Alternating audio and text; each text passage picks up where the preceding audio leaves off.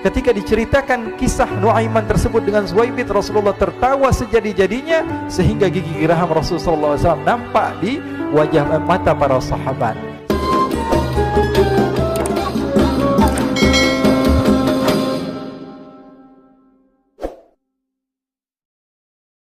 Diriwayatkan oleh Imam Ahmad bin Hanbal dalam musnadnya bahwa ada seorang laki-laki yang bernama Nuaiman. Ini Nuaiman, di kehidupan Rasulullah SAW ada orang yang seperti itu gitu. Orang yang sering minum minuman keras. Rasulullah SAW marah, murka. Rasulullah kalau yang berhubungan dengan Rasulullah tidak marah. Tapi kalau sudah berhubungan dengan agama, Rasulullah SAW adalah orang yang paling marah, orang yang paling istiqomah dalam kebenaran. Maka Rasulullah panggil Nuaiman, apa yang kau lakukan? Dia katakan, aku minum minuman keras ya Rasulullah. Rasulullah cambuk dia. Kemudian dia bertobat kepada Allah. Kemudian ketahuan lagi minum. Kemudian dicambuk lagi oleh Rasulullah SAW, sehingga sebagian sahabat memukul dia dengan pukulan yang banyak. Sehingga apa yang berlaku? Sebagian sahabat mengatakan, la'natullahi ala Nuaiman. Semoga Allah melaknat Nuaiman. Dia mempermainkan Rasulullah. Dia bilang sudah mau taubat tapi minum lagi. Dia bilang sudah mau taubat tapi minum lagi. Maka Rasulullah SAW mengatakan, la tal'anuh fa innahu yuhibbullaha wa rasulah. Kata Rasulullah, jangan kamu laknat Nuaiman, karena dia itu cinta sama Allah, cinta sama Rasulnya. Dalam riwayat dia dicintai Allah dan dicintai oleh Rasulnya Muhammad sallallahu alaihi wasallam. Ibn Majah menceritakan bahwa Nuaiman ini pernah suatu waktu diajak oleh Sayyidina Abu Bakar pergi ke negeri Syam. Negeri Syam itu di mana? Seperti yang diceritakan tadi, antara daerah Suriah, Lebanon, Yordania, kemudian Palestina. Daerah seperti itu. Umumnya orang Quraisy pada masa itu mereka memiliki rihlah berdagang, membeli dagangan ke Syam, kemudian dijual lagi di kota Makkah. Ketika itu Rasulullah SAW didatangi Abu Bakar. Sayyidina Abu Bakar mengatakan kepada Rasulullah, ya Rasulullah, saya mau izin ya Rasulullah. Mau apa? Saya mau ajak dua sahabat kamu ini ikut berdagang ya Rasulullah. Siapa? Kata Rasul, Nuaiman. Kata Rasulullah SAW, Nuaiman kamu mau ajak? Mau ngapain? Biar seru-seruan aja ya Rasulullah. Kata Rasulullah, ya sudah, saya izinkan kamu bawa Nuaiman.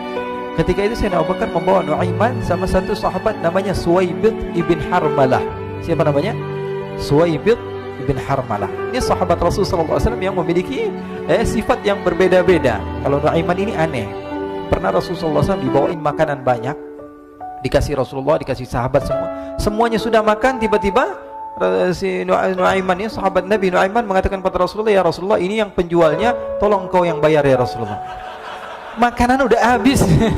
Makanan udah habis. Rasulullah SAW bingung, saya yang bayar. Akhirnya Rasulullah katakan kepada sahabat, ayo keluarkan uang, kita patungan, kita bayar. Rasulullah aja dimainin, apalagi kita orang. Sallu ala Nabi Muhammad. Nuaiman diajak Sayyidina Abu Bakar. Kata Rasulullah SAW, benar kamu mau ajak Nuaiman? Iya ya Rasulullah. Diajaklah akhirnya. Diceritakan dalam riwayat Ibn Majah, diceritakan juga dalam Siyar A'lam An-Nubala, diceritakan juga dalam musnadnya Imam Ahmad bin Hanbal, dalam riwayat Imam Ahmad bin Hanbal. Maka diceritakan Nuaiman diajak oleh Sayyidina Abu Bakar. Sesampainya di negeri Syam, semua dibagi tugas. Fulan bin Fulan kerjaannya ini, Fulan bin Fulan kerjaannya ini, semua memiliki kerjaan. Nuaiman tanya, wahai Abu Bakar, kerjaannya saya apa wahai Abu Bakar? Kata Sayyidina Abu Bakar, kamu mau ngapain terserah kamu wahai Nuaiman. Yang penting kamu ikut saya kan. Kemudian satu di antara mereka namanya Suwaibit ibn Harmalah.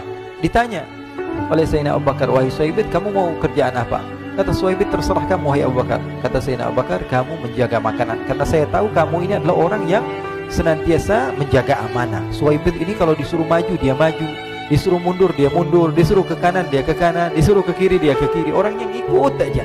Kalau Nuaiman beda, disuruh maju dia ke belakang, kasih sen kanan ke kiri belok. Nuaiman itu orang yang berbeda. Maka Suwaibit mendapatkan tugas, semua mendapatkan tugas kecuali Nuaiman. Sehingga ikhwani, apa yang berlaku, apa yang terjadi? Sayyidina Abu Bakar pergi sibuk dengan kesibukannya, sehingga datanglah waktu siang. Nuaiman sudah lapar. Nuaiman cari makanan. Dia nggak punya uang, diajak Sayyidina Abu Bakar tapi tidak diberikan uang. Sehingga dia cari-cari makanan. Dia tahu Suwaibit yang jaga makanan. Dikatakan, wahai Suwaibit, saya mau makan, berikan kepada saya satu roti saja. Yang terpenting apa? Saya makan sekarang, saya sudah lapar. Kata Suwaibit, ya Allah Nuaiman, kita tunggu Abu Bakar saja sehingga dia datang, karena ini amanat. Amanat dari Abu Bakar, saya tidak boleh berikan kepada siapapun kecuali atas izin Abu Bakar. Kata Nuaiman, kasih saya makanan, kalau tidak saya bikin masalah sama kamu. Merah wajahnya Suhaibit karena dia tahu jangankan saya, Rasulullah aja dimainin. Bingung, apa yang harus saya lakukan? Akhirnya Nuaiman bilang, gampangannya aja, kata Nuaiman, kamu kasih saya makanan, atau kalau tidak saya bikin masalah sama kamu. Bingung Suhaibit, pikir panjang. Setelah itu dia katakan, ya sudah Nuaiman, saya tetap mau jaga amanah Abu Bakar, karena saya takut ini adalah perintahnya Allah, perintahnya Rasulullah SAW, dan perintah daripada Abu Bakar, sahabatnya Nabi. Kata Nuaiman, kalau memang begitu kamu maunya, ya sudah, berarti kamu ngajakin berantem sama saya.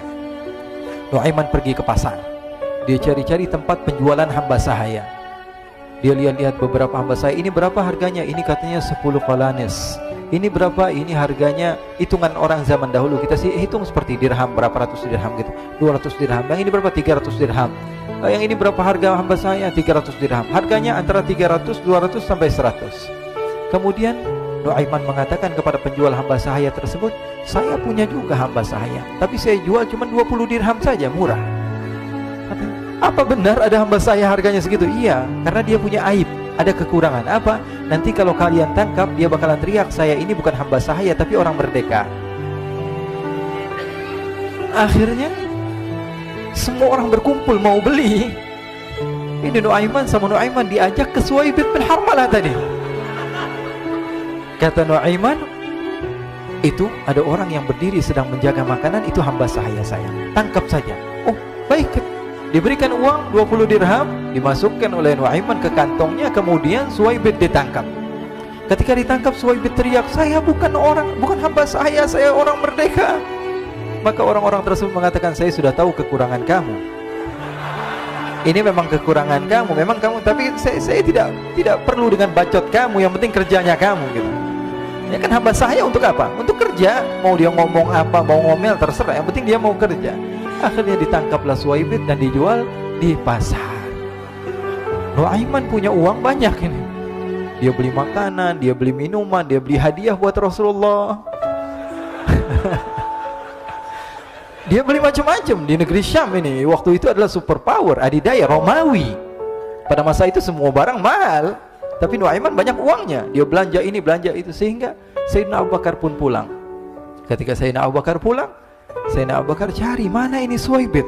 Kita semua sudah lapar. Kata Nuaiman dengan mudahnya dia mengatakan, sudah saya jual wahai Abu Bakar. Maka Sayyidina Abu Bakar bertanya, apa yang kau lakukan wahai Nuaiman? Diceritakan oleh Nuaiman dengan jujur. Nuaiman ini orangnya apa adanya, tapi nyusahin. Saya jual. Akhirnya dibawa oleh Nuaiman, Sayyidina Abu Bakar pergi ke mana?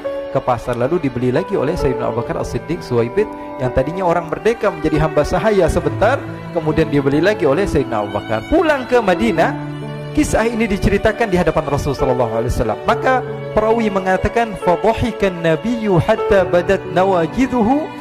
Ketika diceritakan kisah Nuaiman tersebut dengan Suhaibit, Rasulullah tertawa sejadi-jadinya sehingga gigi geraham Rasulullah SAW nampak di wajah mata para sahabat.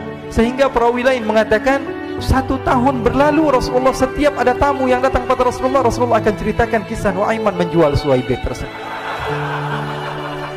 Jadi ada ikhwani, jangan kalian kira Rasulullah SAW itu hidup di satu masa sahabat-sahabatnya itu seperti ustadz-ustadz yang khusyuk, yang kayak Habib bin Anis ini banyak. Bahkan ikhwani, pernah suatu waktu Rasulullah SAW didatangi ashraf, delegasi dari beberapa negara yang ingin mengenal apa itu agama Islam, sehingga mereka datang ke rumah Rasulullah SAW membawa unta, kendaraan yang ketika itu kendaraan yang paling mahal mereka miliki, itu untanya yang paling mewah. Diikat di depan rumah Rasulullah SAW. Tamunya pun masuk, duduk bersama Rasulullah SAW. Di depan rumah Rasulullah SAW ada beberapa sahabat. Ada Sayyidina Hamzah, kalian tahu Sayyidina Hamzah adalah orang yang pemberani. Ada Sayyidina Umar, kalian tahu Sayyidina Umar adalah orang yang pemberani. Ada Sayyidina Ali bin Abi Thalib, ada Sayyidina Sa'ad bin Abi Waqqas. 4 sahabat ini lagi nongkrong gitu depan rumahnya Rasulullah SAW, berjaga sebelum Allah Subhanahu wa taala turunkan ayat wallahu ya'simuka minan nas. Ketika mereka sedang asyik duduk, tiba-tiba Nuaiman datang. Ini Nuaiman kalau datang pasti bikin sesuatu yang aneh. Bahkan dikatakan tidaklah Rasulullah SAW dalam keadaan bersedih, kecuali Nuaiman datang Rasulullah akan tersenyum. Jadi sebagian sahabat itu senang kalau sudah Nuaiman datang, pasti Rasulullah bahagia. Tapi ketika itu Nuaiman datang, ingin duduk bareng-bareng Sayyidina Hamzah. Sayyidina Hamzah katakan kepada Nuaiman, bercanda begitu. Nuaiman, kamu lihat unta orang datang dari luar Arab ini. Lihat, kata Nuaiman, ini besar banget ini, badannya besar gitu. Dagingnya pasti banyak. Iya nih, kalau kita sate enak nih ntar malam. Kata Nuaiman. Kata Sayyidina Hamzah, apakah kamu berani? Kata Nuaiman, saya berani aja asal kalian gak bilang sama Rasulullah. Kata Sayyidina Hamzah, benar wahai Nuaiman, benar kan? Akhirnya Sayyidina Hamzah lupa masalah itu, cuma bercanda-bercanda saja. Sayyidina Hamzah lagi asik sama Sayyidina Umar, Sayyidina Ali. Tiba-tiba apa? Ternyata ketika dia melihat unta tersebut sudah pisah antara kepala sama badannya. Nuaiman mengatakan, wahai Hamzah, ini unta saya sudah potong, saya mau pergi sebentar. Kalau Rasulullah cari saya, tolong jangan beritahu di mana saya. Nanti kalau keadaan sudah aman, mari kita nyate bareng-bareng. Ini ada yang seperti itu di zaman Rasulullah SAW. Maka dia pun berlari dan berlari mencari satu tempat supaya Rasulullah SAW dia selamat daripada Rasulullah SAW. Sehingga Sayyidina Hamzah bingung, ini kalau Rasulullah keluar gimana? Ada Hamzah Asadullah, ada Ali bin Abi Thalib, ada Umar, gak bisa jaga kendaraannya, tamunya Rasulullah SAW. Akhirnya benar apa yang terjadi, ikhwani. Rasulullah SAW tamunya mau pulang. Ketika dia buka pintu tamu, melihat apa? Untanya sudah begitu. Mereka teriak, wa naqatah, unta kami wahai Muhammad. Baru mau kenal Islam, unta kami, kendaraan kami sudah dibuang. Rasulullah SAW lihat Sayyidina Hamzah, lihat Sayyidina Ali. Mereka gak bisa ngomong, mereka hanya bilang apa? Nuaiman ya Rasulullah. Rasulullah perintahkan Sayyidina Umar, wahai Umar, sekarang kamu ambil uang, kemudian kamu gantikan, kemudian kamu berikan 2 kali lipat daripada harta unta ini, sehingga apa? Agama Islam tidak didengar dengan sesuatu yang tidak baik di luar sana. Akhirnya diberikan harta, diberikan unta yang baru dan diberikan harta yang lebih untuk orang tersebut, sehingga orang tersebut tidak menjelek-jelekan agama Islam. Kata Rasulullah SAW, dan sekarang waktunya kita balas dendam sama Nuaiman. Nuaiman ternyata berlari tempat yang jauh sampai hampir keluar dari kota Madinah. Dia dapatkan seorang sahabat Nabi yang hadir juga dalam peperangan Badar, namanya Al-Miqdad bin Al-Aswad. Siapa namanya? Al-Miqdad bin Al-Aswad ketika itu sedang menggali sumur. Ketika sedang menggali sumur, Nuaiman datang. Nuaiman katakan kepada Miqdad, wahai Miqdad, wahai sahabat Rasul, kamu orang yang hadir dalam peperangan Badar, kamu adalah orang yang hebat. Dipuji-puji sama Nuaiman. Ada maunya ini. Akhirnya dia bilang, wahai Miqdad, tolong saya. Kenapa wahai Nuaiman, kamu ini kekasihnya Rasulullah, orang yang disayang sama Rasulullah. Kenapa? Saya ini sedang dikejar-kejar orang jahat. Tolong selamatkan saya. Saya pengen masuk ke dalam sumur, boleh atau tidak? Kata Miqdad, siapa yang mengejar kamu? Pokoknya saya dikejar sama orang-orang. Kamu mau atau tidak selamatkan saya? Ya sudah, selagi kamu itu adalah sahabat Nabi, silahkan kamu masuk. Masuk akhirnya Nuaiman ke dalam sumur tersebut. Lalu Nuaiman mengatakan, wahai Miqdad, dia keluar lagi. Nanti kalau ada yang cari saya, tolong jangan beritahu saya di dalam sumur ya. Kata Miqdad, baiklah. Kata Nuaiman, siapapun yang bertanya tentang saya, kamu tidak akan kasih tahu? Iya, kata. Walaupun Rasulullah yang tanya saya?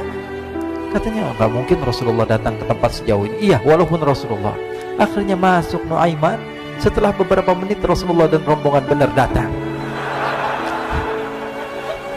Miqdad bingung ini. Ini kenapa Rasulullah datang ke RW kami ini?